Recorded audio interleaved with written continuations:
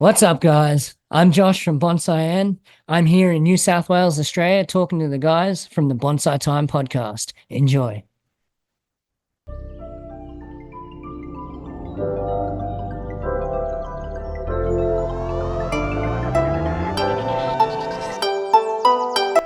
Welcome to the Bonsai Time Podcast, a tree hugger's #1 spot for history, horticulture, and having fun. Today we have a special collaborative series with Josh Hooson of Bonsai-en in New South Wales, Australia. Josh is also the mastermind of the Modern Bonsai Podcast. In today's minisode, Josh shares his background with us and advice from his experience starting a bonsai business. Next week, check back into Bonsai Time and the Modern Bonsai Podcast for more information on developing a bonsai mindset and the benefits of practicing bonsai. And always remember, bonsai on. Let's start with Josh Hooson. Is that how you say your last name? Hooson. So it's Hooson. Dutch.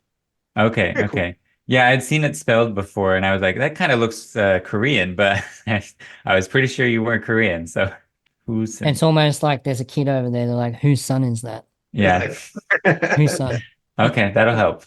But anyway, so today on the Bonsai Time podcast, we have Josh Hooson, and he is a bonsai practitioner in Australia. You've got your own podcast, Josh. You've got Modern Bonsai Podcast, and you have a YouTube channel, a very active social media presence under Bonsai-en, and a retail store in Australia there as well, right? Yeah, yeah. So I had heard on some of your previous podcast interviews a lot about your story about how you got into bonsai, but maybe you could share with any listeners who've never heard of you before the short version. Yeah. So essentially, for me, it was the Karate Kid, like the normal story, seeing them in the Karate Kid. And I have also practiced martial arts for a lot of my life. Started out in Taekwondo when I was about 8 years old because my pop was the sensei. So I got all my classes for free all the way up until high school, until I was suddenly interested in something else that wasn't martial arts and kind of gave that away. Usual story. And then, getting out of high school, went through all like your standard kind of jobs, getting out of school, bounced from one job to another. I worked in the steel industry for a long time, which has actually come really in handy selling bonsai tools and understanding steel, you Mhm. know, at a Martinistic level that most people don't understand steel. So that was helpful. I was there for quite a few years. And then ended up working at a car shop for a while, and uh, then I worked in an engineering factory for a while, but they were like a plastics engineering place. Mhm. Um, and at the same time that I started working there, I actually um, started a computer business because ever since I was a kid, I loved computers. Like my dad would bring me home all the old computers that they were throwing out from his workplace, and I'd pull them all apart and like Mhm. combine them and you know make better computers from all the other ones. Adding RAM in and The secondary Frankenstein. CD drives. Yeah, yeah. Mhm. So I started a computer business, and it was cool. I enjoyed that, but the computer industry is really difficult unless you are like a major retailer and you're moving container loads of computer parts and things like that, then it's just not something you could live off. Mhm. And it also got to a point too where a lot of the people that were bringing computers into my shops every day got really, I don't know, exhausting because you were just dealing with people's issues and problems. And that weighs on you a lot. Like I had a lady that bought a laptop in one time. She'd just been the whole way around Australia on a holiday. And every single one of the photos she's taken was on this laptop and the hard drive had Oh. died. Oh God. Mhm. And it's like the stress level of this lady. I was like, we'll try our best. Like there's no guarantees here, but. Mhm. Mm. So, but, to shorten the story a bit, when I was doing that, I also got back into martial arts. The martial arts I got back into was a Japanese one called Shirinji Kempo. Mhm. Everything about that Shirinji Kempo is Japanese based. They teach in Japanese language. There's a lot of just like Japanese traditions that they teach, like getting down on your hands and knees with a towel and cleaning the floor and Mm. things like that. And my sensei had bonsai. And then also at the same time, rewatching the Karate Kid movie, seeing the bonsai, it all just kind of collided. Mhm. And then at that point, I'd gone and bought my first hardware store bonsai, which was a juniper, which I still have to this day. Which which One of is the few. almost which is almost like a bragging right. I feel like I need some kind of badge or a trophy or something. Yeah. Mm, Um, but I didn't give that thing any care at all. I was lucky enough that I actually bought it in winter and I sat it on my bedside table. So lucky for me, it was kind of in that point where that didn't matter quite so much. But by the time that I started, I have my personality is really obsessive when I get into something. Like it's almost unhealthy. Like mm, the minute I got into bonsai, it was just like, screw learning how to swim in the shallow end. I'm going in the deep end. I'm yep. either going Mhm. to drown or I'm going to kick and swim. And that was kind of my introductory to bonsai. Um, and then I'd been tinkering with bonsai a few years from there, and I ended up closing down my computer business. And in that little interim that I had, I was actually working on my bonsai trees and I needed some new supplies. Went online to get them and couldn't get them. And I was like, Mm, the light bulb went on. nice. Mhm. There's obviously a market here that's needed. Definitely. So one part of the story I haven't heard you talk about before was when you got that first container load of supplies, or however big that first order of supplies was for yourself and your nursery. Had you already had your bonsai YouTube channel, or like how did you kind of get the word out that you had this, that you're starting this new kind of nursery, I guess, if it was even considered that at that time?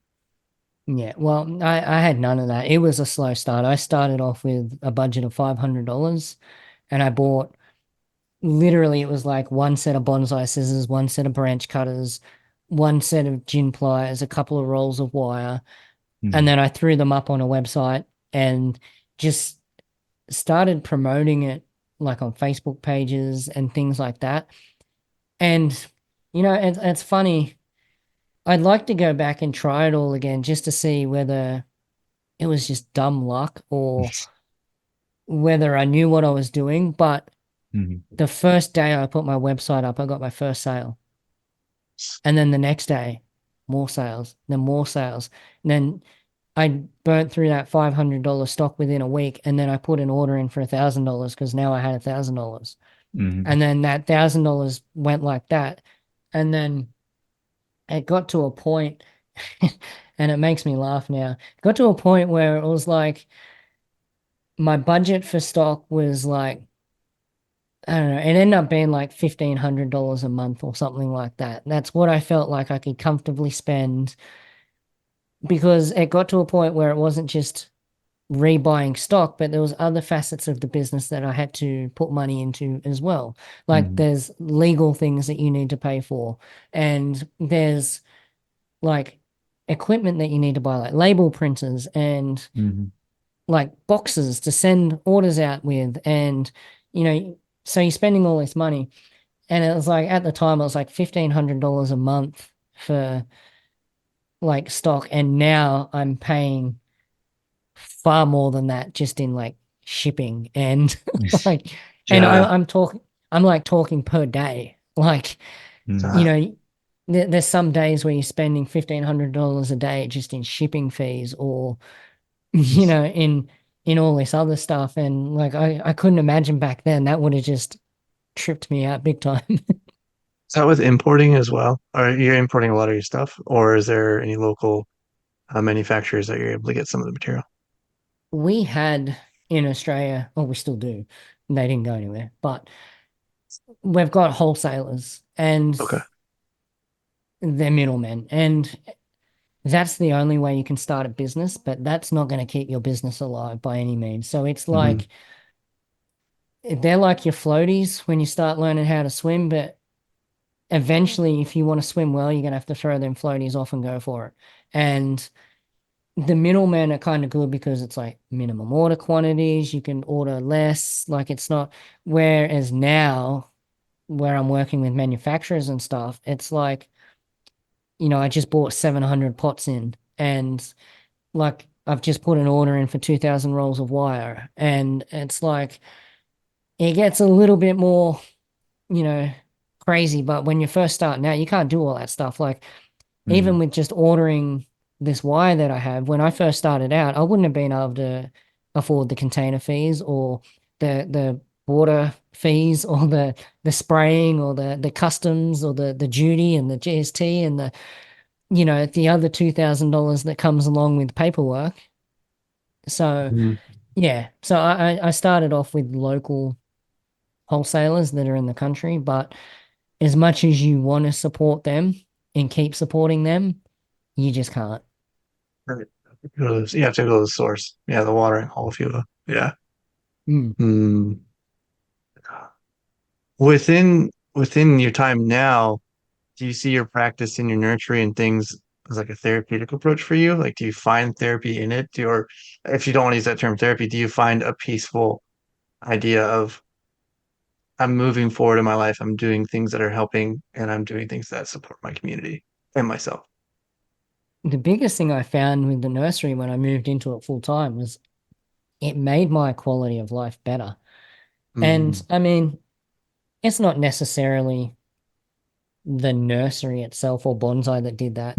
Hmm. Anybody can find this same quality of life that I've got now in whatever they do. But as long as you're doing the thing that you love and you enjoy it, and Mm. it's not a job, because the grind that I've put into this business, if I didn't love it, I would hate it. Mhm. And it just wouldn't make any sense. Like the amount of hours you have to put into it. So yeah, like my quality of life's better. Like I'm not a fan of getting up of a morning, and now I don't have to. Like I can get up when I want and go to work when I want, Mhm. within reason. Like don't sleep in the midday because there'll be people at the gate of the nursery at 10 o'clock wondering why it's not Let us open. in. Yeah.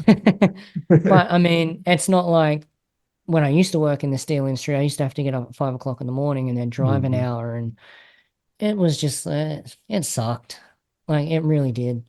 And working in the nursery now, even the most monotonous jobs are enjoyable. What brought this inertia to want to do so many outlets? And this doesn't need to go into anything. I just had a question for you. Just so many outlets of bonsai education. Like you have your physical nursery, your online shop, your YouTube, your podcast, your online courses. That's a lot to take on for one person. What made you want to do that? And I mean, because I know you said that it wasn't a lot of education around, but that's a lot of pockets to fill with a lot of things. It's almost a necessity if you're going to have a bonsai business. It's not the most fruitful business in the world, and you need revenue streams. So like YouTube, you have not a big income, but it's something. Mhm. And then you've got your online courses, so you make money kind of passively through that. Mm. And then obviously you've got the online store, you've got the physical nursery here. I run classes, I do demonstrations and workshops for other clubs, and it's basically, yeah, it's burning the candle at both ends all the time. I don't rest ever, almost. How do you avoid burnout? It's hard, like, and burnout for me comes in the form of physical sickness. Um, Mm. Same. and it's almost like a forced day off because it's Mhm. like I can't get out of bed. I describe it as like a really bad flu that only lasts for a single day. Mm. Hmm. And it must be just like immense exhaustion to the point where it's just like your body's like, dude, shut down. Get some sleep. Yeah. Yeah. Yeah. Recalibrate the system, do the tune Mhm. up like your car. Yeah, that's right. Like Let you, me you ask can't. you, sorry, I was wondering, Josh, because I've got two jobs basically right now, starting my nursery and trying to get my PhD at the same time. Mhm. So I was wondering, like, would everything be a lot easier if I was just doing bonsai full time? Like now that you're in that position, you're just doing your business full time. Are you finding that it's easier than when you're working two jobs or? It's easier in the aspect of I can expand more because I've got Hmm. more time to do certain things. Like when I first started the nursery, I was buying stock from another grower because I didn't have the time to deal with that. Where now I'm growing my own stock, which is obviously lifting profit margins and things like that. Um, but in terms of like working and building your business at the same time, you need to find that one thing that's the most important, that one thing that really brings in that income and drives your business, and more importantly, that one thing that always gets you new customer acquisition. So Hmm. every month you want to be either sending stuff out or serving people in your nursery that you've never heard of in your life. Yeah. And that's new customer acquisition. So that you're building. And the more that you build that clientele base and your email lists and all that, the easier it gets. But to get there, it's a grind. So, Hmm. it's the way you're doing it is the best way to do it. If you were to quit everything and just do your nursery, it would probably fail, if I was Yeah. honest. Yeah. Yeah. But by continuing to do what you're doing and growing the nursery slowly, and I get it, dude. Like when I first started my nursery, I'm looking at, these other dudes like Ryan's like garden, and you're looking at these dudes that have been doing it forever, Hmm. and they're on their chapter 13 and you're on your chapter 1, and you're like, man, I wish I had that. Yeah. But it's like building a good bonsai tree. You've got to do it in steps, and if you miss one of those steps, you're screwed. So I would say you're doing it the right way. Okay. Yeah, Yeah. that's just one thing I wonder about. Chase Yeah. Rosade, I don't know if you know that name. He's one of the original American bonsai home pioneers, especially for like East Coast. He's from Pennsylvania, New Hope specifically. He's been doing it since 1953. And he's told me time and time again, he's like, Kevin, take it from me, doing bonsai full time. You always want something secondary to supplement the dry days, the dry spells, because eating beans out of a can, it gets old quick. I was like, understood. And it's hard. It's that passion project, if you will, just like, can I survive? Is my partner happy? Am I happy? Hmm. That's Yeah. the And whole then thing. there's always competition, and Yeah. you've got to innovate as a business. If you don't innovate, then you're Hmm. behind. I don't like to toot my own horn, but especially here in Australia, Bonsai-en is so far ahead of the curve in terms of online retail and everything. It's not funny. Hmm. But the amount of hours that have gone into that is unimaginable. Yeah. I personally, in the bonsai worldwide, I guess this comes from my background of doing massage therapy in the health industry in that way, being a health approach, the referral network. I would love to see a bigger referral network of people being able to collaborate by referring other people to either students you have or techniques that you don't necessarily know. You know this much, but this other person may know this much more, and evaluate my cost better to serve my student if they go to the other person, because they'll definitely be coming back and they'll feel more respected because I have the respect for the other teacher as well. Right. And it's that double learning. I have yet to see it. I remember when in 2018 I went to the US National Show the first time. I met Oscar Jonker and I asked him, is there a referral network of like, he's like, no. I'm like, that's something I would like to see. And it would create more of a friendly appreciation. But of course, it comes back to if that's your nursery, that's your bread and butter. You don't want to dig, you don't want to, you don't want to refer out to anybody, but we can't know everything, right? We can't do everything. It's humanly impossible. We're not a Hmm. supercomputer brain. Maybe we are someday, but yeah, it's just a whole thing because it leads in that idea for me where it's Ryan and I talk about it a lot. How can we turn this into something more than just what we do now? Can we turn it into a therapy? Can we turn it into an outlet for people? Can we help kids? Can we help elderly people? What's the Yeah. appreciation? What's with the appreciation of nature anymore? Right? It's not on a Yeah. computer screen. The Bonsai Time podcast is purely grown and horticulturally crafted by Kevin Ferris, Ryan Houston, and Kelly Louie. To find out more and see pictures about today's interview or sponsors, see the show notes linked in the description. Submit questions, suggestions, or tree pictures for future discussion episodes. Find the contact form on our website, bonsaitimepodcast.com, or message us directly at bonsaitimepodcast@gmail.com. If you'd like to support future episodes, please rate us, share episodes, donate, or become a sponsor. The music on today's episode was provided by MIDI Cancer. To find more of their work, check out their SoundCloud and Bandcamp pages. To stay in touch with us, subscribe to the Bonsai Time Podcast on your favorite podcast app, Instagram, or YouTube, and Facebook. Contact us individually. Kevin's Instagram is Kevin_Ferris, PNW. Kelly's Instagram is Bonsai with Kelly. Ryan's website is invivobonsai.com, and his Instagram is invivobonsai. Thank you all, and remember, bonsai on!